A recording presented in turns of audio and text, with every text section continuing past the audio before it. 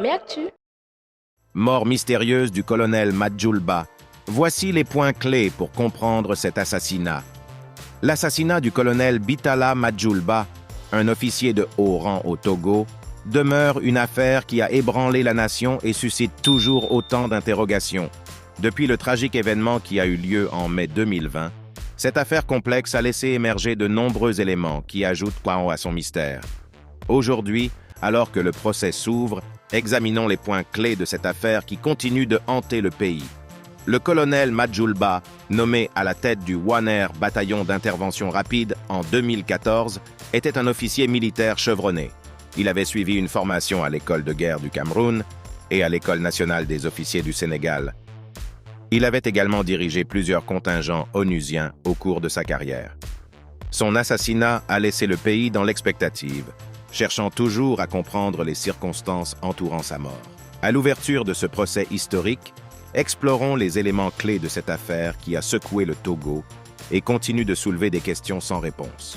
Le crime et les circonstances mystérieuses. Le 4 mai 2020, le colonel Madjoulba a été retrouvé mort dans son bureau, créant un vide insupportable pour sa famille et ses collègues. Les circonstances entourant sa mort sont entourées de mystères.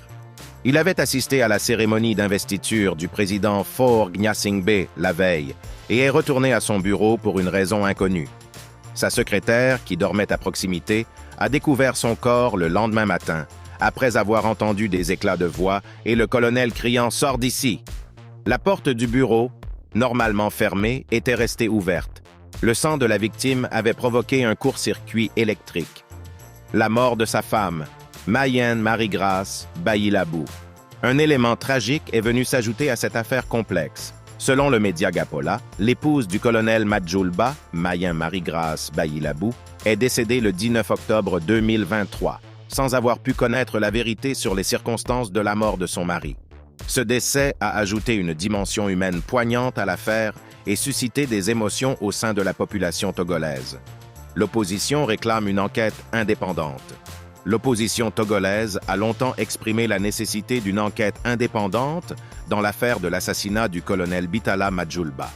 Cette demande émane de plusieurs préoccupations, notamment en ceux qui concernent l'impartialité de l'enquête menée par la justice militaire et le désir de faire toute la lumière sur cette affaire mystérieuse. L'opposition a soutenu que l'implication de la justice militaire soulève des inquiétudes quant à son indépendance par rapport aux forces armées et au gouvernement en place.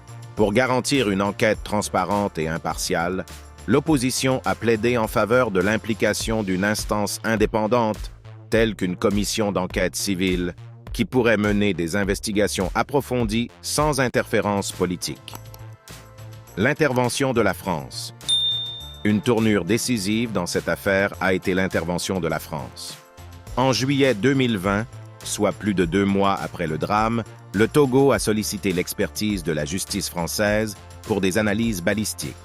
La France a ainsi été sollicitée pour mettre son expertise à la disposition des enquêteurs togolais. Dans le cadre de cette coopération, 75 pistolets et leurs cartouches ont été envoyés en France pour être comparés avec la balle extraite du corps du colonel Madjoulba. Cette expertise balistique était censée jouer un rôle crucial dans l'identification des auteurs du crime. Les accusés et le général Abalo Kadanga. L'affaire Madjoulba a conduit à des accusations graves.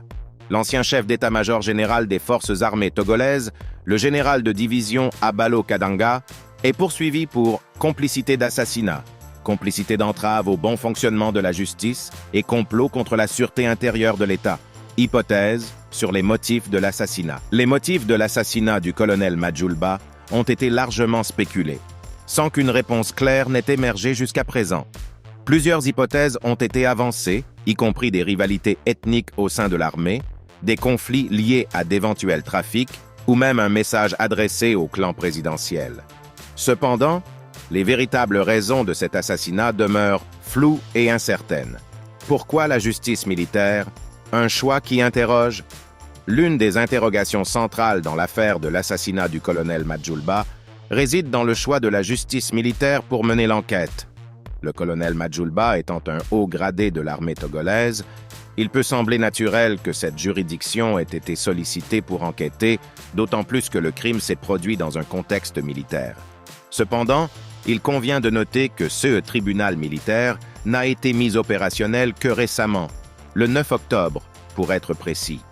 Ce détail soulève des questions légitimes sur l'indépendance et l'impartialité de l'enquête. La création d'une nouvelle juridiction militaire en vue de cette affaire suscite des inquiétudes quant à sa capacité à mener une enquête transparente, en toute impartialité, sans aucune influence extérieure. Face à ces préoccupations, certains ont plaidé en faveur de l'implication d'une instance civile indépendante pour garantir une enquête véritablement équitable et transparente qui puisse faire toute la lumière sur cette affaire complexe. Alors que le procès s'ouvre, la question de la compétence de la justice militaire reste au cœur des débats, ajoutant une dimension supplémentaire à ce dossier déjà complexe. Lomé Actu.